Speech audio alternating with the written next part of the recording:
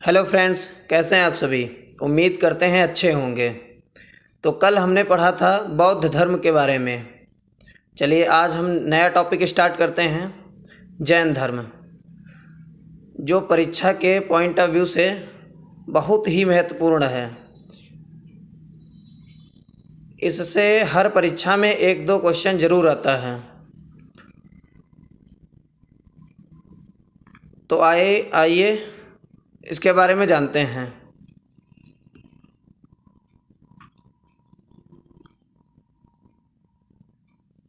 तथा यह वीडियो थोड़ा सा लंबा हो सकता है, क्योंकि जितने भी क्वेश्चन जैन धर्म से बनने वाले थे सारे के सारे हमने इस वीडियो में डिस्कस किए हैं। तो चलिए शुरू करते हैं।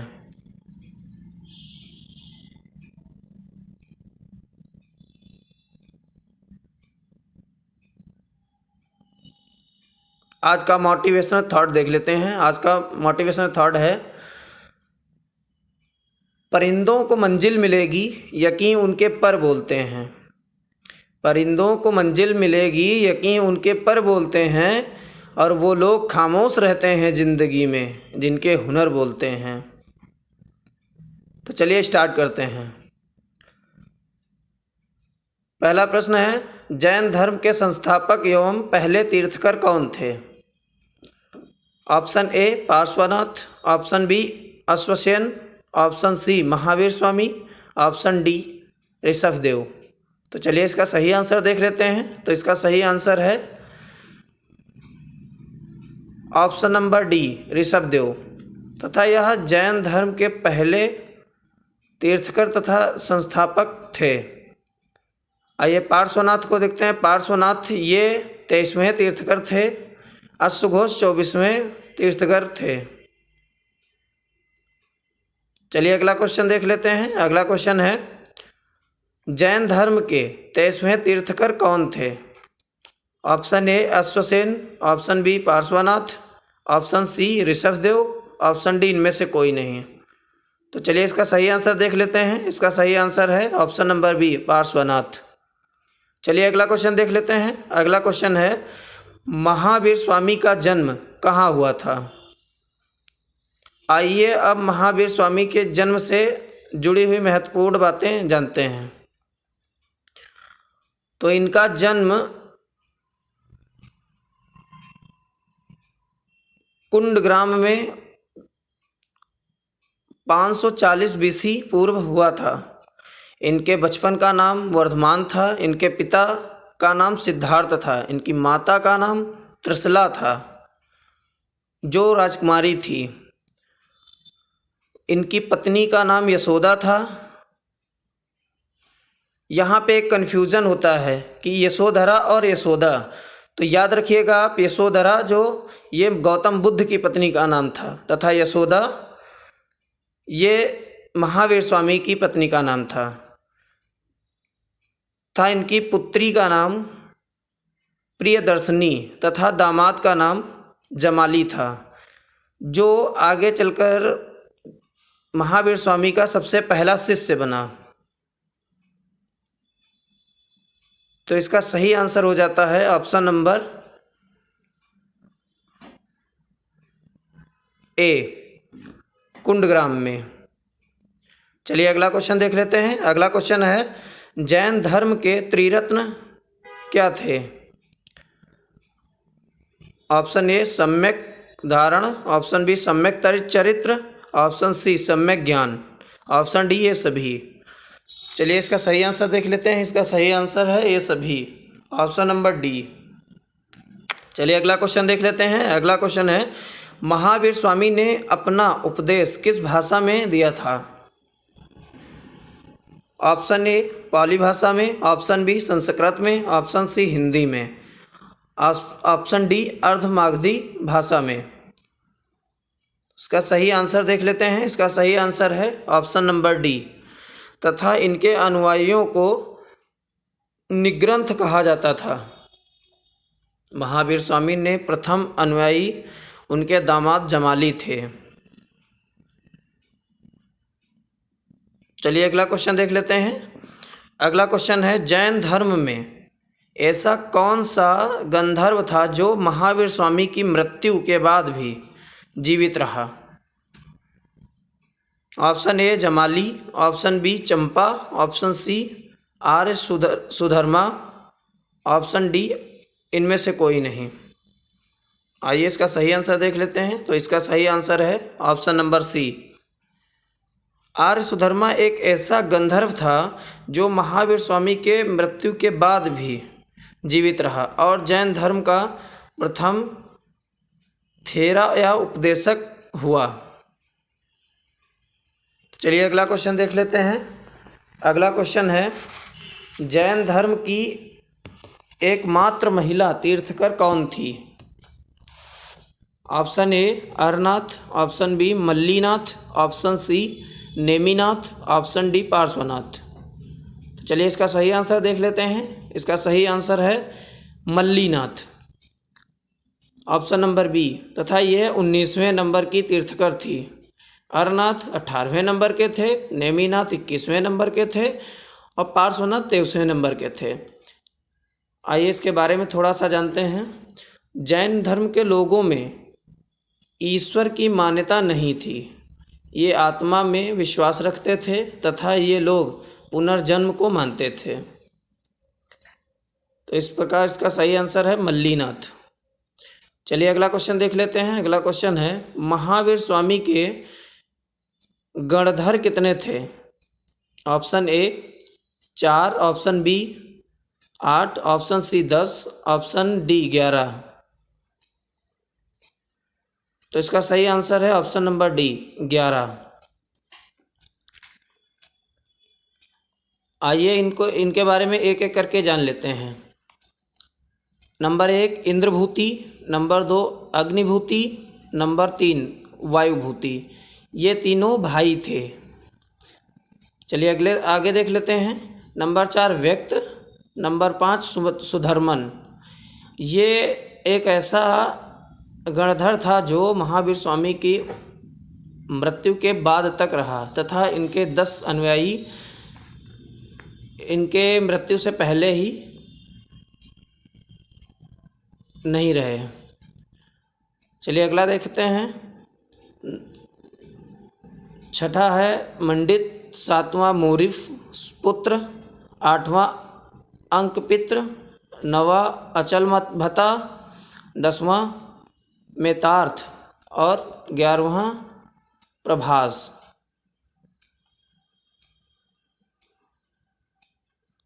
प्रभास को ज़रा ध्यान देकर पढ़ लीजिएगा क्योंकि ये 1 से 2 बार पूछा जा चुका है।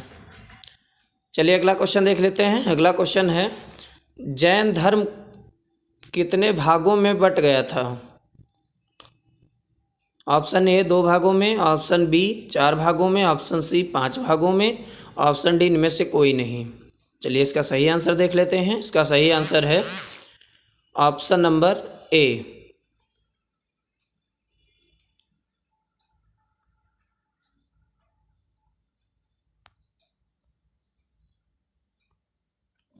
दो भागों में।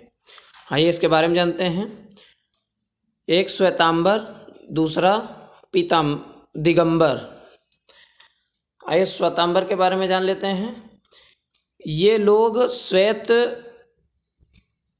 कलर के कपड़े पहनते थे तथा इनका गुरु स्थूलभद्र था।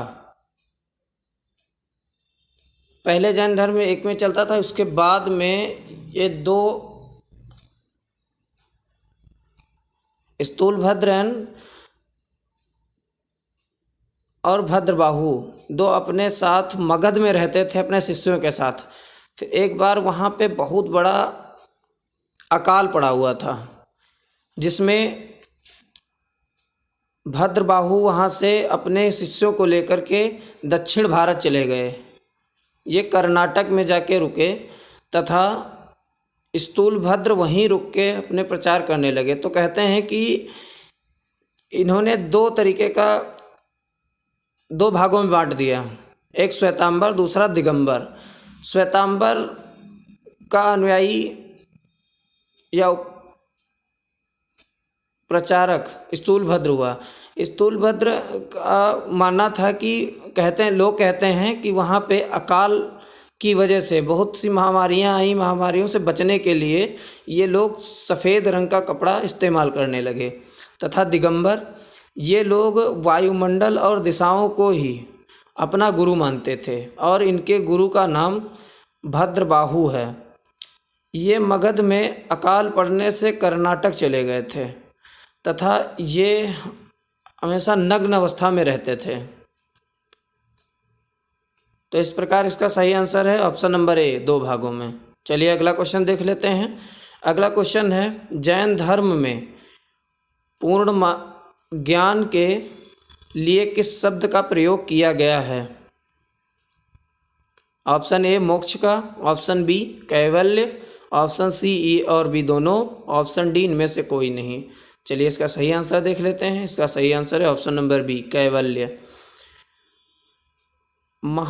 आइए जानते हैं, महावीर स्वामी को 12 वर्ष की कठिन तपस्या के बाद, अब यहाँ पे ध्यान दीजिएगा, बौद्ध धर्म में गौतम बुद्ध को 6 वर्ष की तपस्या के बाद में बोधि वृक्ष के नीचे ज्ञान की प्राप्ति हुई। यहाँ देखिए,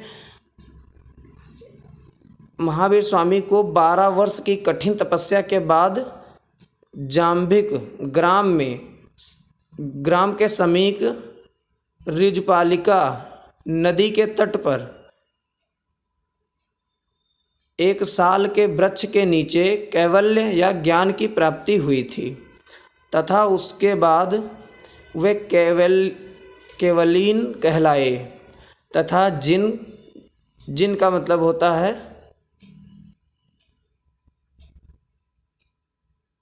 मजबूत हो जाना, हर अवस्था में ढल जाना।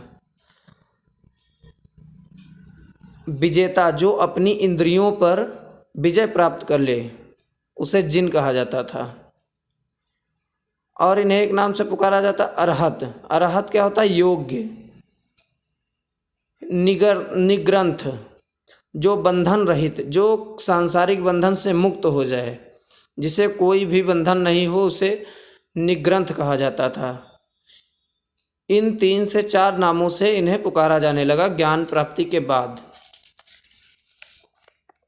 चलिए अगला क्वेश्चन देख लेते हैं। अगला क्वेश्चन है, जैन धर्म के प्रमुख तीर्थकर क्रम से जानते हैं। तो आइए इनको देखते हैं। नंबर 1 ऋषभदेव या आदिनाथ, इन्हें जैन धर्म का संस्थापक या पहला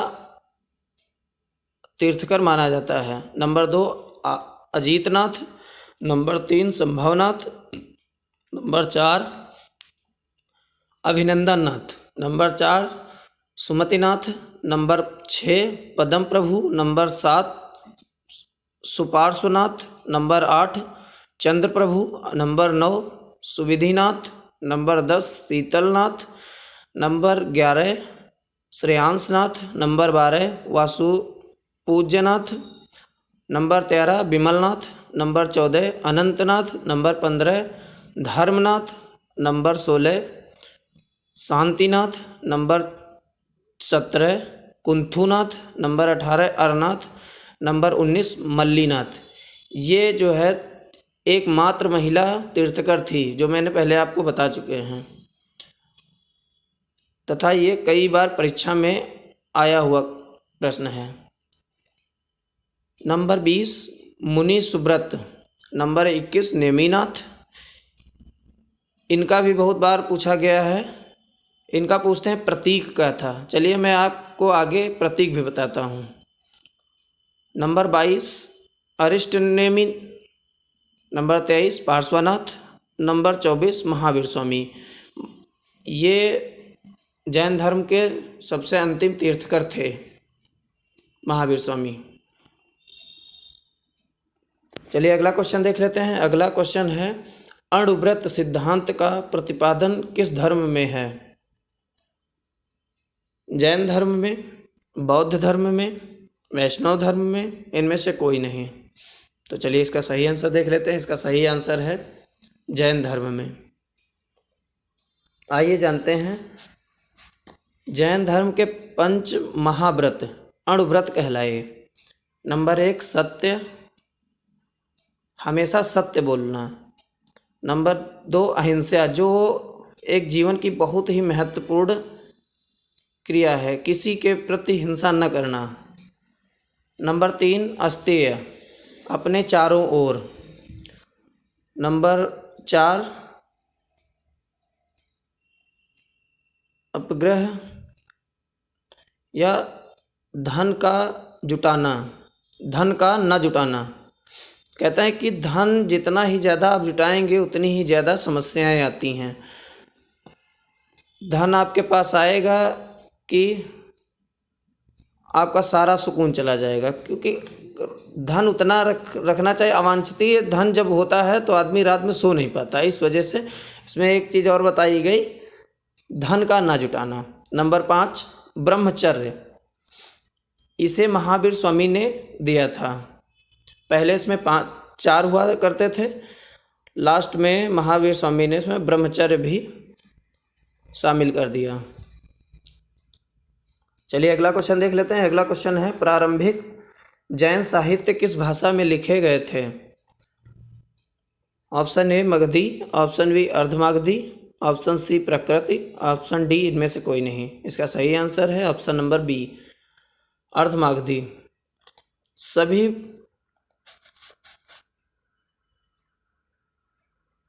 प्राचीनतम धार्मिक जैन साहित्य प्रकृति की भाषा विशिष्ट शाखा अर्धमागधी में लिखा गया है। चलिए अगला क्वेश्चन देख लेते हैं। अगला क्वेश्चन है, सुपार्श्वनाथ का प्रतीक चिन्ह क्या था? तो इनका प्रतीक चिन्ह था स्वास्ति।